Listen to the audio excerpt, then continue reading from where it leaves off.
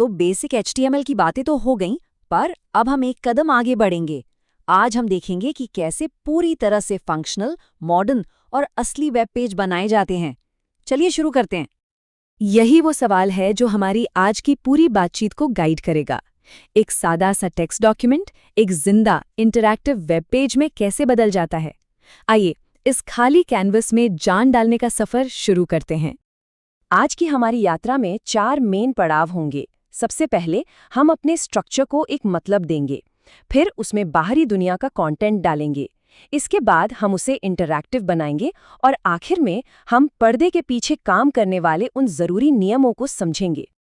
हमारा पहला section, structure को एक मतलब देना। सोचिए, हम अपने वेब पेज की नींव रख रहे हैं। एक ऐसा आर्किटेक्चरल ब्लूप्रिंट बना रहे हैं जो सिर्फ मजबूत न हो बल्कि समझदार भी हो। अच्छा, पहले क्या होता था? वेबसाइट के हर हिस्से के लिए, चाहे वो हेडर हो, नेविगेशन हो या फुटर, हम बस div टैग का इस्तेमाल करते थे। लेकिन HTML5 ने सब बदल दिया।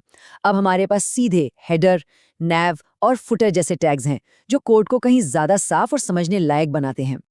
तो असली खेल दिखने का नहीं बल्कि मतलब का है। सिमेंटिक टैग्स का काम सिर्फ स्टाइलिंग करना नहीं है, ये ब्राउज़र और सर्च इंजन को साफ-साफ बताते हैं कि इस हिस्से में किस तरह का कंटेंट है। यही चीज़ आपके पेज को स्मार्ट बनाती है।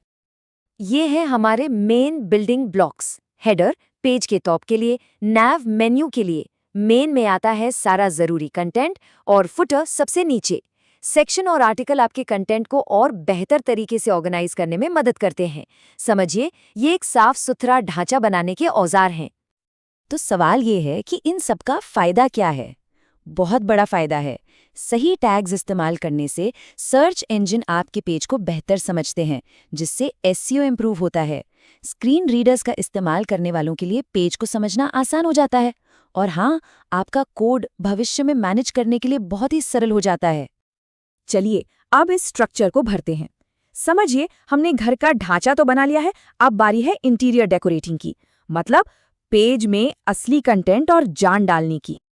HTML5 की सबसे कमाल की चीज़ों में से एक है बिल्ट इन मीडिया सपोर्ट।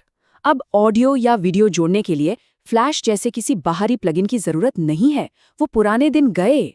बस HTML ऑडियो या फिर HTML वीडियो टैग इस्तेमाल कीजिए और काम हो गया।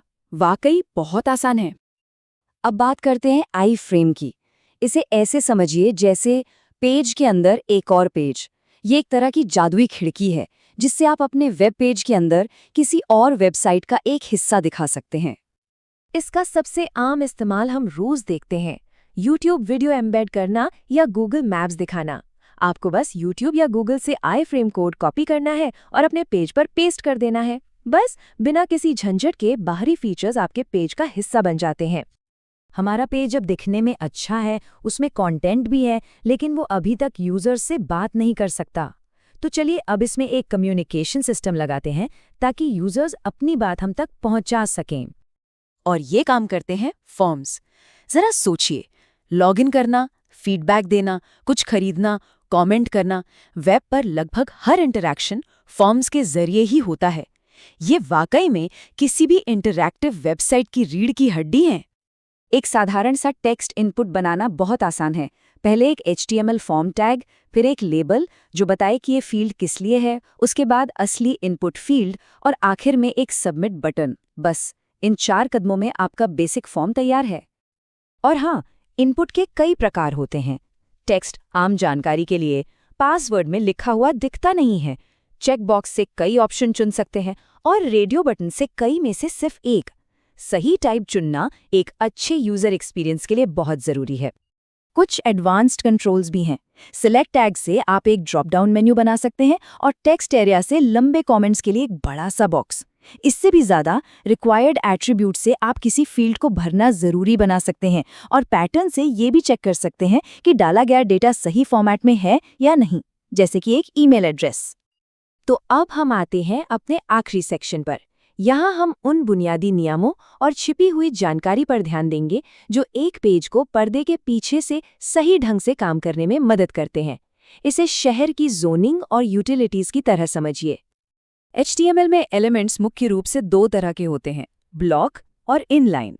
ब्लॉक एलिमेंट्स जैसे div या पी हमेशा एक नई लाइन से शुरू होते हैं और पूरी चौड़ाई घेर लेते हैं।